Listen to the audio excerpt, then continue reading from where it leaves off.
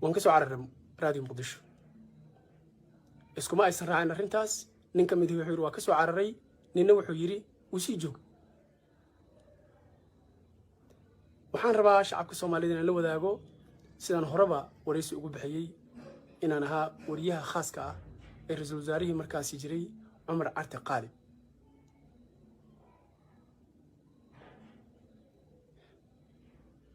waxaan sidoo kale access furan u lahaa inaan tago xafiiska madaxweynaha Cali Mahdi markaas haddii ay sidaas xaqiiq tahay marka nin wariyaa oo sida ay sheegeen intuu sidii xoolihii ula baxay niman wariyaa ku dilay bilinka ama sartii wasaaradda warfaafinta musawicii u dhawaa intuu midba watay ayadoo loo joogo barqacad loo jeedo ku soo toogtay soo baxay mid kala watay soo toogtay macquul ma noqoteen in ra'iisul wasaaraha ama madaxweyne inuu ogolaado xafiiskiisa ama loo ogolaado inuu noqdo wariyaha ra'iisul wasaaraha waxaan kaloo sidoo kale macquul noqoteen haddii aan ahay nin aqoontiisu ay liidato oo iska xoogsaday ayadan lama ogolaadeen ragga marqaatiga furay marqaatiga beenta furay nin kamid ayaa wuxuu yiri qualificationkiisu ma uusan gaarinba because nin wax barta ma uusan ahayn waxaa laga rabaa sidii uu ku diidi lahaa waxbarashadeedii aan soo maray ee marqaatiga lamaantay waxaa kaloo cajiib ah dadka marqaatiga loo qabsaday nin kamid ihii maba jooginba waqtiga ayaga Radio Muqdisho ninkaasi waxaa annaga haddaan nahay reer ku nool naga mamnuuca inaan shakhsi magac dhawno annagoo diidan in ay meesha ku dhimato respectability-geena iyo sumcaddeena waxaan u taaganahay inaan saxno dhaqanka taariikhda iyo ummadda Soomaaliyeed waxaan nahay macallimiintii Soomaalida waxaan isu aragnaa inaan nahay macallimiinta Soomaalida waxaan isu arkaa inaan nahay macallin qaranka Soomaaliyeed rabayn waxbaro bulshada Soomaaliyeed sidaa daraadeed iima habboona inaan qof magaciis sheego balse waxaad garan kartaa nin kamid ah ragga marqaatiga furay maalinta dhibkaasi dhacayo sida ay taariikhda ku sheegeen oo la yiri 8 April bay ahayd qofkaasi ma uusan joogin Muqdisho iyo Radio Muqdisho mid waxa marka wax la yaabaa adigoon joogin Radio Muqdisho adoon even joogin Muqdisho inaan marqaati furto loo tiraadid dad budil was something very shameful waxay cadaynaysaa taasi marka beenta iyo waxaas lagu soo eedeeyay inaysan waxba ka jirin waxa uu shakhsigaas qiranayaa in warka loo soo sheegay asagu uusan goobjoog ba ahayn isaga qiranay waxa kale ninka kale uu qiranayaa ninka ugu hadalka dheeraa wuxuu qiranayaa in marka ugu dambaysa wareysigiisa wuxuu leeyahay waa ku tuhunsana wariyuhu dhowr mar uu ku celiyay inkastoo wariyuhu laftirkiisu uusan samaynin wareysi cadaalada uu ku celiya dhowr mar wuxuuna runtii ku celiyay ama uu weydiiyay in uu goobjoog ah markasta wuxuu yiri goobjoog baanan ahayn wuxuu yiri waa la ii sheegay haddii marka ay sidaa tahay haddii loo sheegay marqaati ma noqon karo hore ayaan waxaan idin yiri waxa la igu eedeynayaa waan waxba ka jirin waxa la igu eedeynayaa ma aha wax xaqiiqa maantay waxa bulshada Soomaaliyeed wacad labada qofood iyo saddexda qofood baan dhaho oo la yiri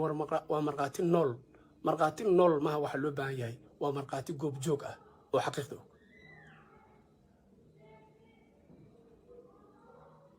xaqiiqdu walaalahayga Soomaaliyeed ee islaamka ah waa sidaas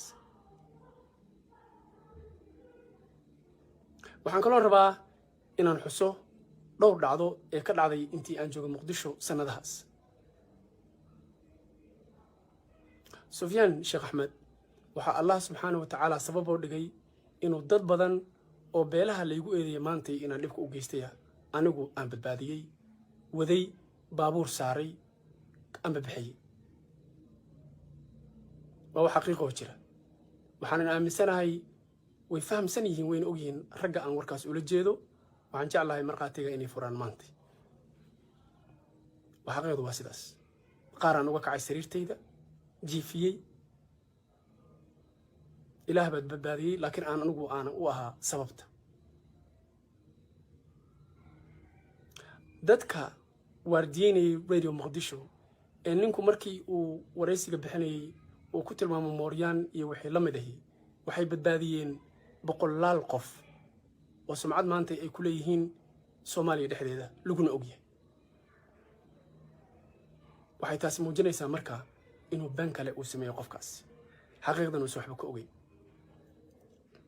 midaas waxaan ugu gudbayaa qaybtii marqaatiga iyo sidii anagu aan ugu talagalnay inaan ayaga u hogaamino oo aan ugu qasabno inay sheegaan been waan ku guulaysan sababtii aan u sheegay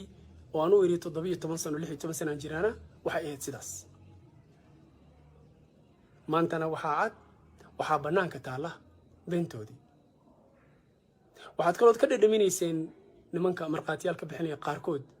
inay ku jirto caadifad xanaaq ah iyo been ay ka sheegeen xataa wax waaqici ah oo idinku aad ogtihiin sida nin ka mid ah inuu yiri afar xaas oo hal mar wada guursaday waxaad ogtihiin taasi inaysan xaqiiq ahayn wuxuu kaloo yiri ma ahayn inuu calanka wax ka sheego haddaan marka intaa iri waxaan rabaa marka inaan u galo arrinta calanka oo runtii ah iyo waxa keenay sababtaan oo dhan sidaan hore idinku sheegaba arrinta calanka waxaa lagu siiyey waxaa lagu siinayaa lacag ee ka har waa diiday inaan lacagta qaato lacagtii iyada ahayd maanta waxaa la siinayaa dadkaas marqaatiga beentaa furay iyaga ayaa qaadanay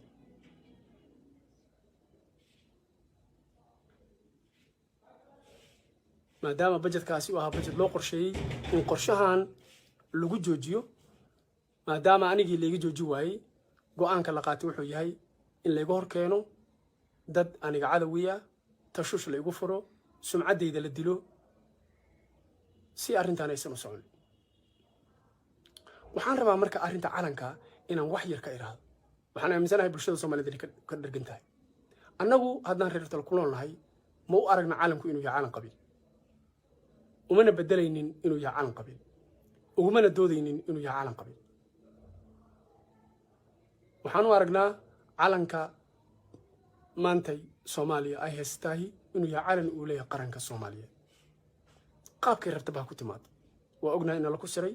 waa ognahay in la ku khiyaamay waa ognahay inuusan run ahayn waa ognahay in ay ku jirto calaamada diina kale lagu caabudo idinkuna maanta waana la ogtiin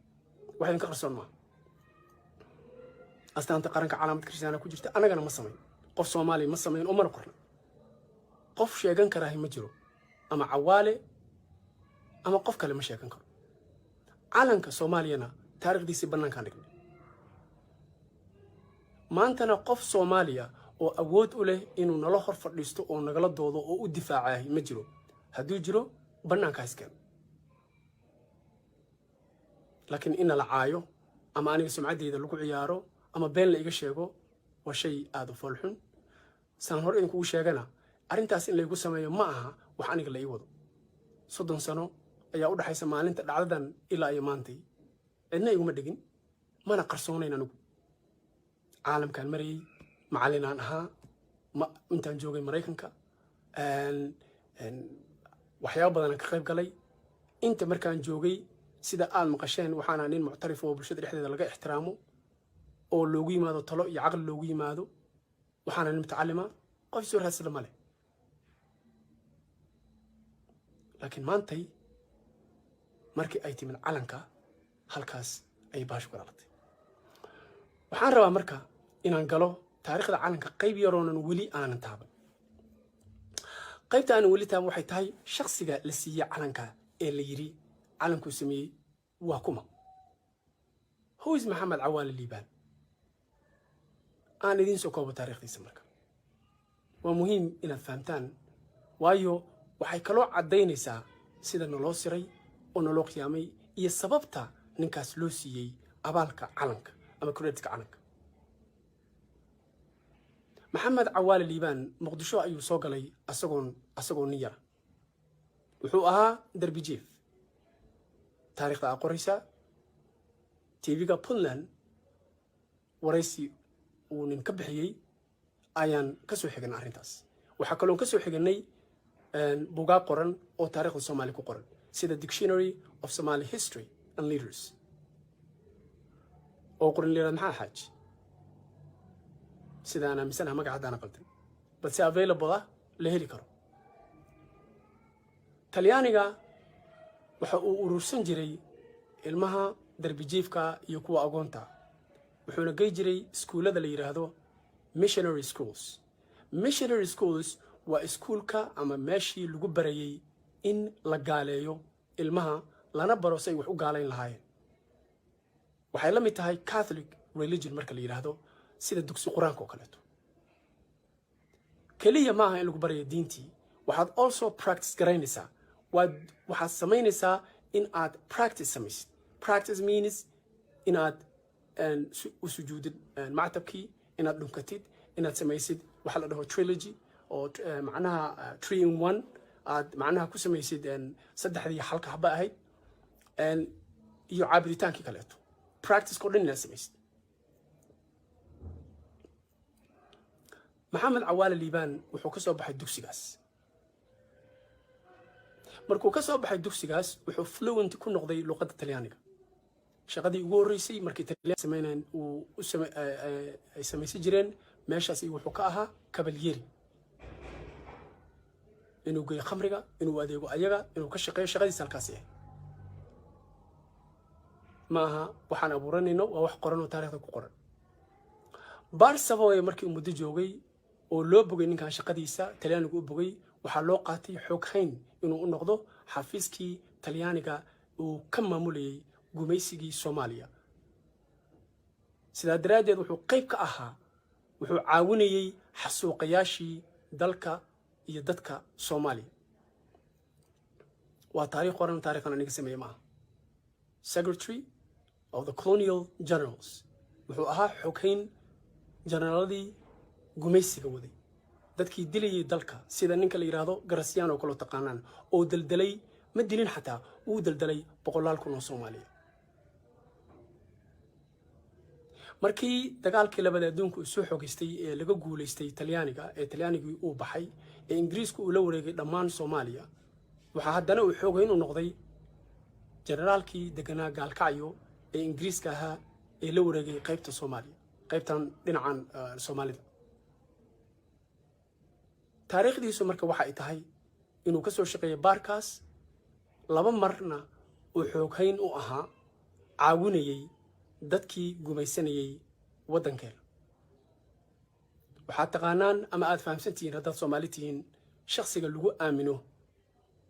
shaqada noocaasa inuu gacan yaro u noqdo jarnaalkii ama dadkii ama xafiiskii waday gumaysigii iyo xasuuqii waddankeena ee la rabay in la ogaado yaa gaarsiinaya Soomaaliya dawladnimo waxaa ku dooday Ingiriiska iyo Talyaaniga ku loolamay Ingiriiska iyo Talyaaniga markay ku loolameen waxaa garab istaagay Talyaaniga 7 xisbi oo Talyaanigu uu fangareeyay samaystay oo la dhihi jiray ururka shaqada iyo shaqaalaha Maxamed Cawaale Liibaan waraysigiisii uu bixiyay 1983 ayuu ku sheegay asaga wuxuu leeyahay 7daas xisbi waxaa fangareynayay lacagta siinayay iibsaday Talyaaniga Israelna waxay ka heli jirtay waxa kaliya oo dhaqaale soo gala maamooyinka ganacsada iyo odayaasha iyo dadka Soomaalida haddii xaqiiqdu marka ay sidaas ahay Maxamed Cawaale Liibaana sida taariikhda ku qoran uu ahaa nin u dooda ama ay soo saarteen ururka shaqada iyo shaqaalaha Maxamed Cawaale Liibaan oo horkacaya ama leader ururka shaqada iyo shaqaalaha waxay u ololeeyeen waxay rabeen ku kalsoonaayeen in 30 sano Talyaanigu uu Soomaaliya si haysto waxay aaminsanaayeen oo Talyaanigu ka dhaadhiciyay in Soomaaliya dawladnimo loogu diyaari karo 30 sano 10 sano inaysan macquul ahayn halka SYL ay ku doodaysay in 10 sano loogu diyaariyo dawladnimo Soomaaliya gacanta loo geliyo oo 10 sano uu ku diyaariyo gumaysiga Ingiriiska sababta ay taas ka wadana waxay ahayd haddii la qaada lahaa fikirkaas waa fikir uu horboodayey cabdullaahi ciise iyo rag la midihii soomaaliya dhammaanteed maanta shanta soomaaliya waxay noqon lahayd hal xabo waayo kulligeed ingiriiska gacanta ugu jirtay halka maxamed cawaale liibaan iyo raggiisu ay ku doodayeen soomaaliya in la gaarsiiyo xornimo ama dowladnimo 30 sano kadib waxayna ahayd dantii talyaaniga saad ogtihiin waxaa lagu dilay waqtiga isaga waxaa la dilay ninkii safiirkii Egypt Masar u joogay Soomaaliya oo runtii talyaaniga ku qasbayay ama fiirinayay in Soomaaliya xornimada la gaarsiiyo raggii dilay waxay ahaayeen rag ka tirsan ururka shaqada iyo shaqaalaha ninkii midida gali in Soomaaliya waa oo ka soo horjeeday in Soomaaliya 10 sano xornimo lagu gaarsiiyo balse rabay Soomaaliya in talyaaniga loo daayo in talyaanigu soo darsado waa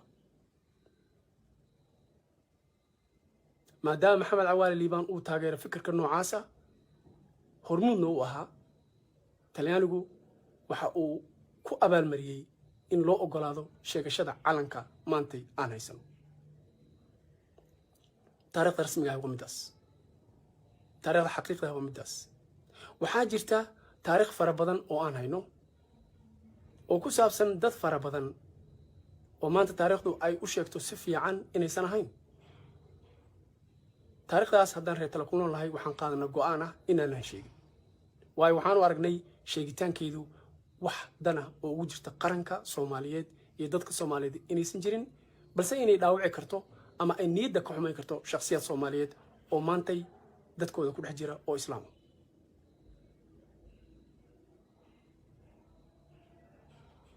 waxaan rabaa marka taariikhdu inay sidaa u caddaato in dadku ay ogaadaan waay maxamed cawaale maxaa loo siiyay shaqadii iyo taageeradii uu siiyey gumaysigii talyaaniga iyo shaqadii dheeradu u soo qabtay intii gumaystii uu wax suuqay taariikhdu waxay qortaa inuu ahaa nin akademig ma ahayn taariikhdu waxay qortaa inuu ahaa halgame ma ahayn labadaba ma ahayn taariikhda ayaa u diidaysa aniga ma qorin taariikhda ma aanan noolay waqtiga isaga waxaan baaritaan ku samaynay waxaan soo ogaanay xaqiiqdu inay sidaas tahay waxaan rabnaa marka shacabka Soomaaliyeed inaan la wadaago hal su'aal haddii walaashayda ama walaalkayga islaamka ah aad fahamsan tahay garatay ayna ku caddaha maantay calanka aan haysano inuusan ahayn calan annaga aan samaysanay ay caddahay shaki uusan ku jirin isla markaasna ay caddahay inuusan naga turjumin wax Soomaalinimo islaamnimo dhaqankeeni taariikhdeeni uusan ka turjumin haddana aad ogtahay in uu yahay calaamado diineed oo anagu aan laanahay ku jirto anaguna islaam aan nahay nala amray inaan gaalada calaamadahooda iyo dhaqankooda aan khilaafno sabab calankaas aan ku haysanahay ma jirto wadana wuxuu horumar gaaraa dawladdu waxay fiicnaataa waxa la hormaraa oo technology-ga lagu hormaraa marka dawladdu ama wadanku uu diyaar u yahay inuu sameeyo renovation guri markuu duqoobo dib baa loo habeeyaa wax walba waa la cusboonaysiyaa caalamka technology-gu 24 saac ay isbedeshaa maalintaan anigu dhashay iyo maanta isku mid maaha maalintaan dhashay iska dhaaf aaladan aan kala hadlayay wax u dhow ma jiro baabuurka markaan arko ayaan la yaabi jiray maantana waxaan awood u leeyahay anigoo fadhiyo gurigayga ama xafiiskayga inaan la hadlo malaayiin qof haddii aan ku dheganaano marka oon dhahno calankan inaa wajadnaa aabaa'ana in fact ina aabayaasheena uusan ahayn gaalo talyaaniga ay ahay waxaan dhaawacaynaa qarankeena iyo waddankeena waxaanan u diidaynaa inaan horumarno waxaan rabaa inaan ku daro hal xabo kaleeto oo ah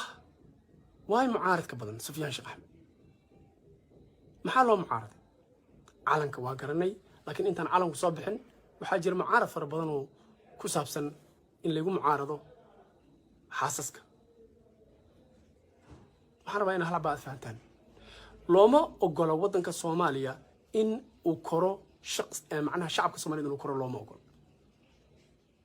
waa siyaasad waaqici ah oo degsan oo loogu talagalay xitaa haddii aad maanta tahay macnaha maanta waxa la yiraahdaa 12 milyan aan nahay we are not 12 millions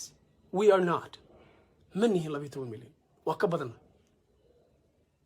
laakiin inaad sheegato xataa laguma ogola xataa dowladdaadu inay sheegato looma ogola waayo waxaa la rabaa in la jideeyo inaad tahay minority sidaa daraaddeedna la qaato dhulkaaga iyo waddankaaga iyo xeebahaaga dowladaha qaarkood waxay ku doodayaan ama waddamada qaarkood waxay ku doodayaan ayagoo 12 milyan ama 8 milyan sida ay dadka qaarkood dowladaha qaarkood yiraahdaan inay dhulka intaa leeg haystaan macquul ma waxaan rabaa marka inaan walaalahayga shacabka Soomaaliyeed aan weydiiyo khaasatan gabdhaha isoo weeraray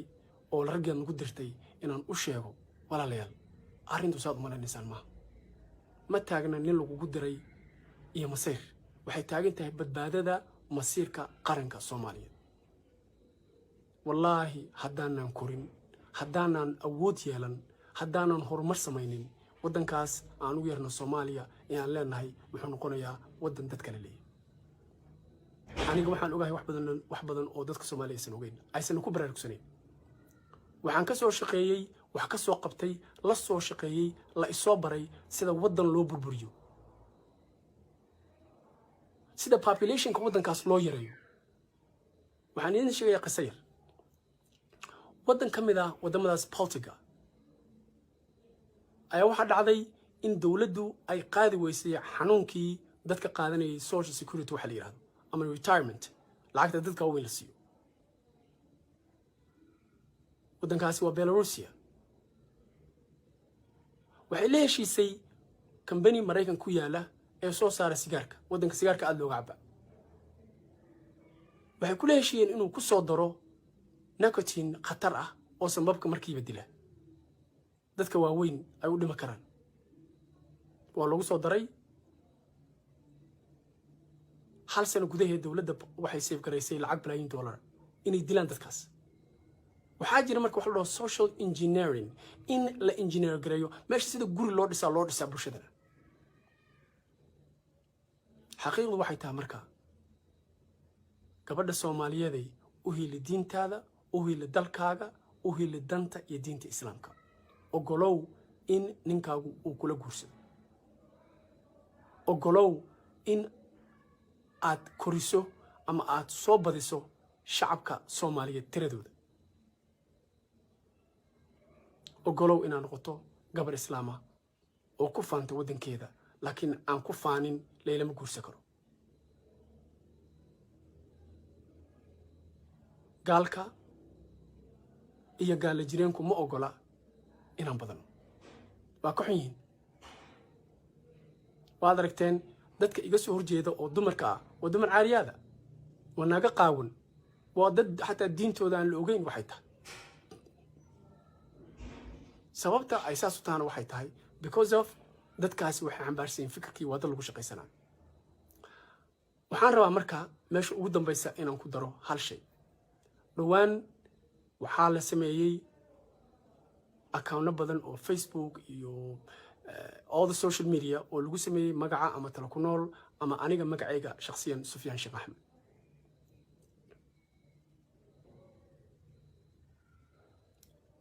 waxaan rabaa marka wax walba aad ku aragtaan Facebooka ha isdhihinina Sufyaan ha soo diray waa maasantiin shacabkayga Soomaaliyeed waa jeclahay weli waxaan sugaynaa cadeymihii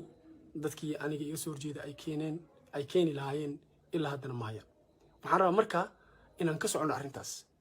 annagu waxaan wadaynaa shaqada aan hayno shacabka Soomaaliya qarankeena oo ah inaan saxno dhaqamada iyo taariikhaha Soomaaliya ee Talyaaniga uu qalday ee la qariyay waxaan rabnaa inaan bedelo calanka iyo astaanta qaranka wax weyn ma diinna ma waa la bedeli karaa waxaana ceeb nagu ammaantay waxaa sharaf darro ah waxaa wax laga xumaadaa kadib markaad ogaatay in lagu siray inaad weli intaad hambariirsato sii taagnaatid meeshii oo wax sharaf darro ah inaa wajadnaa aabaa'anaa xujo maaha caqli maaha dood ma aha haddii aabbaha wax qaldan lagu siray amaba uusan ahayn sidaad adigu u malaynayso inuu ahaa uusan ahayn geesi uusan ahayn waddani uu ahaa mid u shaqeeya kii adiga yimid inuu ku gumaysto khayraadka qaato laguna abaalmariyo taariikhdaadii inaad maantay sii hogato oo tiraahdo calankaan rabaa wax fiican ma waan islaamaya walaalayaal kooxda talo ku nool iyo aniguba waxaan ka mahad celinaynaa taageerada faraha badan ee naga soo gaartay shacabka Soomaaliyeed waxaan si khaas ah anigu si fiican u mahad celinayaa dadka i taageeray oo difaac cirdigayga iyo sharaftayda aad iyo aad ba u mahadsantihiin